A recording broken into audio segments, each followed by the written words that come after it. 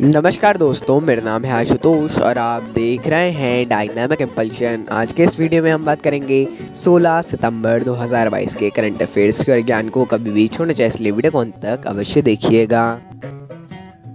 सबसे पहला प्रश्न है, निम्न में से कहाँ SCO शिखर सम्मेलन को आयोजित किया गया? Where the SCO summit held? A Bharat, B Uzbekistan, C चीन, D Afghanistan. And the right answer is Uzbekistan. तो SCO शिखर सम्मेलन 2022 को उज्बेकिस्तान में आयोजित किया गया। इसमें प्रधानमंत्री नरेंद्र मोदी जी ने भी हिस्सा लिया। आपने ऑब्वियसली ये तो एक सबसे ज़्यादा बड़ी न्यूज़ है। अब देखिए, इसके लिए मैं सजेस्ट करूंगा आपको फिर से दी लल्लन टॉप को। नॉट स्पॉन्सर्ड एट ऑल, मैं बार बार कह रहा हूँ कि कुछ भी नहीं है, एक मेरा ये पर्सनल ओपिनियन है। दी लल्लन टॉप शो जो कि आता है दी लल्लन टॉप चैनल पर, उसमें देख लीजिएगा। सौरभ द्विवेदी जो कि संपादक हैं, उनके ही द्वारा अच्छे से समझाया गया है SCO को, उसको देख लीजिएगा। बहुत ही सही ढंग से उन्होंने समझाया है। अगला प्रश्न है, हाल ही में किसने शून्य फोरम की मेज़बानी की? Who recently hosted the first zero forum? A Bharatiya Reserve bank, B गृह मंत्रालय, सी कौशल विकास एवं उद्यमिता मंत्रालय, डी नीति आयोग। And the right answer is NITI Aayog. तो भारत के शून्य प्रदूषण ई मोबिलिटी अभियान की पहली वर्षगांठ के अवसर पर शून्य फोरम का आयोजन किया गया। इसका बना के दे सकता है क्वेश्चन, है ना। UPSC CSC के लिए यदि देखा जाए तो थोड़ा डीप जाने की आवश्यकता है। बाकी यदि राज्य का किसी देखा जाए तो इसका आ सकता है क्वेश्चन। हालांकि ऐसा कुछ नहीं है कि ये ज़्यादा टफ है, वो ज़्यादा टफ है, ये सारी ऐसा मैं तो नहीं मानता हूँ। बाकी हाँ, उसमें आ सकता है, इसलिए अच्छे से आप इसको पढ़ लीजिएगा। अगला प्रश्न है, अगर के व्यापार को बढ़ावा देने के लिए कहाँ पर अनुसंधान केंद्र बनेगा? Where will the research centre to be set up to promote agars business? A Bihar, B Maharashtra, C Tripura, D Rajasthan. And the right answer is Tripura. तो अगर व्यापार को बढ़ावा देने के लिए त्रिपुरा में अनुसंधान केंद्र स्थापित किया जाने वाला है ना। इम्पोर्टेंट क्वेश्चन है ये भी। उप मुख्यमंत्री जो त्रिपुरा के हैं, जिष्णु देव वर्मा, इन्होंने अपने बजट भाषण में पूर्वोत्तर राज्य में अगर क्षेत्र के लिए 15 करोड़ रुपए का आवंटन किया है।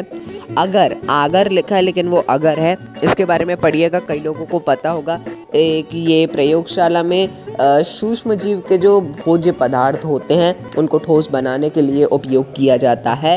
और अच्छे से कोई अगर समझा सके तो उससे समझिएगा, बहुत ही ज़्यादा अच्छा रहेगा। अगला प्रश्न है, हाल ही में IBM के साथ किसने समझौता किया?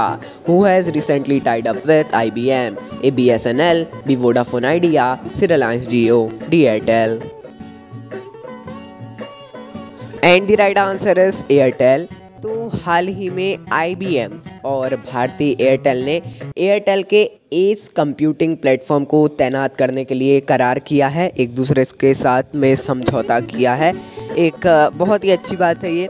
और देख लीजिएगा, थोड़ा सा इसकी और जानकारी ले लीजिएगा।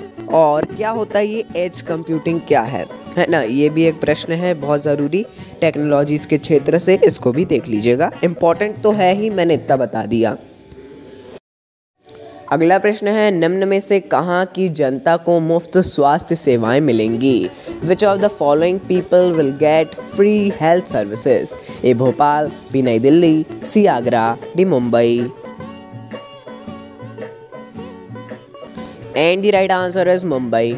तो मुंबई के निवासियों को अगले महीने 2 अक्टूबर गांधी जयंती से मुफ्त स्वास्थ्य सेवाएं मिलने वाली हैं। CM एकनाथ शिंदे ने इसकी घोषणा की है, मुख्यमंत्री हैं जो वहाँ की वर्तमान, है ना। बृहन मुंबई नगर निगम BMC के जितने भी वो हैं हॉस्पिटल्स वगैरह नगर निगम द्वारा संचालित होते हैं, उन वहाँ के लिए सारी स्वास्थ्य सेवाएं थी, रिपोर्ट्स वगैरह सब फ्री रहेंगी। बहुत ही ज़्यादा अच्छी बात है ये भी।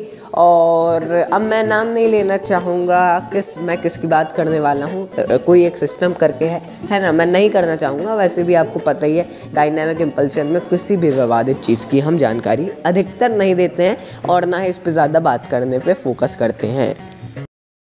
अगला प्रश्न है, निम्न में से कहाँ भारत का पहला वानिकी विश्वविद्यालय स्थापित होगा? In which of the following India's first forestry university will be established? A Maharashtra, B Tripura, C Uttar Pradesh, D Telangana. And the right answer है तेलंगाना। तो तेलंगाना में दुनिया का तीसरा और भारत का पहला वानिकी विश्वविद्यालय स्थापित होने वाला है। फॉरेस्ट्री यूनिवर्सिटी कहते हैं इंग्लिश में, है ना। इम्पॉर्टेंट है ये, तो बहुत ही ज़्यादा इम्पॉर्टेंट है। भारत में पहले कुछ भी होता है भारत का पहला, ये सारी चीज़ें करंट अफेयर्स में बहुत इंपॉर्टेंट हो जाती हैं, क्योंकि करंट में ही हो रहा है। और करंट अफेयर्स वगैरह आप लोग देखते ही हैं, किसी के भी देखिए, हम कभी ये नहीं कहते हमारे देखिए, इनके देखिए, उनके देखिए, लेकिन देखिए तो सिर्फ किसी एक के देखिए, ऐसा ज़रूर कहेंगे। क्योंकि फिर यदि आप बार बार अलग अलग के देखते हैं तो कभी कोई उस प्रश्न को लेता है, कभी दूसरे दिन कोई उस प्रश्न को लेता है, कभी कोई उस प्रश्न को नहीं लेता है, तो वो एक डिस्टर्बेंस होता है, वो क्रिएट ना हो, इसीलिए आपको ध्यान रखना है, एक के करंट अफेयर्स ही देखिए। अगला प्रश्न है, हाल ही में कौन सा राज्य खाद्य सुरक्षा एटलस वाला तीसरा राज्य बना? Which state has recently become the third state with food security atlas? A Bihar, B Jharkhand, C Chhattisgarh, D Uttarakhand. And the right answer is Jharkhand. तो हाल ही में झारखंड खाद्य सुरक्षा एटलस वाला कौन सा राज्य बन गया है? तीसरा राज्य। एक राज्य की खाद्य सुरक्षा की स्थिति का मानचित्रण करता है ये एटलस, इससे आप समझ गए होंगे। खाद्य सुरक्षा भी एक टॉपिक है, इम्पॉर्टेंट, मतलब इम्पॉर्टेंट नहीं, एक टॉपिक है। अलग अलग टॉपिक रहते हैं, जैसे शिक्षा के क्षेत्र में, स्वास्थ्य के क्षेत्र में, एक्सेट्रा एक्सेट्रा, उसी में ये भी आता है। अगला प्रश्न है, 1 अक्टूबर 2022 से मुकुल रोहतगी किस पद को ग्रहण करेंगे? Which post will Mukul Rohatgi assume from 1 October 2022?